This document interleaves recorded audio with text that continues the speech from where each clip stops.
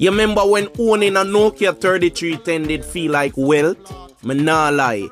If you did have one of them in a school, you walk different. Pocket heavy, confidence high. That phone wasn't just a phone. It was a survival tool. Battery lasts one whole week. No charger anxiety. No low power mode, just vibes. If a bird trouble you in the yard, one fling, problem solved. Car tire low, me feel like if you wedge it under the rim, it could have jack it up. And the vibration, Lord, the vibration alone could wake up the entire lane. Sometimes it vibrates so hard, radio start get static. Neighbor TV signal shift and drop it, please.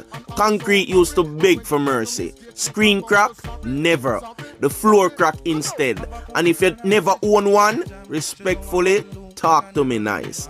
Different time, different strength, different level of rich. Sometimes we never have much, but we felt like we did. I saw it go? You tell me. Big up yourself.